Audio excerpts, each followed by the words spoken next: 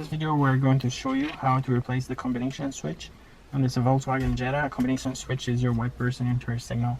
It's mounted here on the steering column.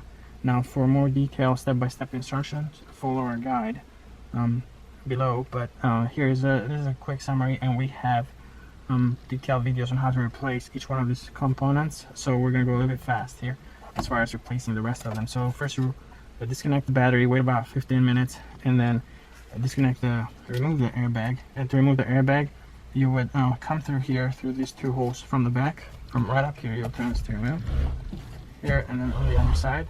And in this case, some models will have the hole where you can see the airbag release. In this case, you have to punch hole on those two indents that you have from the back.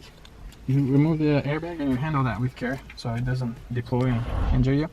And here we have a triple square bolt that you need to remove.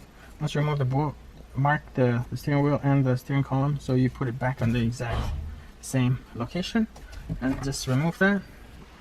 And once you remove that, you'll have to remove this lower plastic. It's got 1, 2, 3 screws that you need to remove.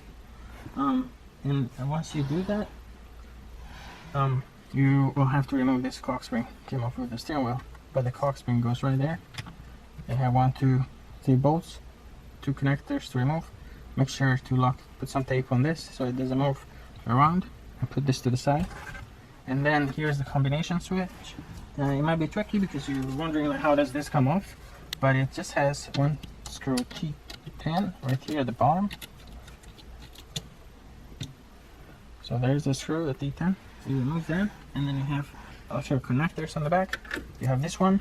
Make sure you pull on this red first, and then click on the release right there, and then pull the connector. If you don't pull this out, you won't be able to press that. Same thing on this connector over here. You need to pull this red part piece and then push on the black clip right there down. Pull this out, and then you can come in here and remove it. And then you want to put everything back together and make sure you connect all the connectors. Do not turn on the ignition until you have everything connected, otherwise you'll trigger airbag warning light. And make sure you torque the bolt for steering wheel to proper specs, and that's it.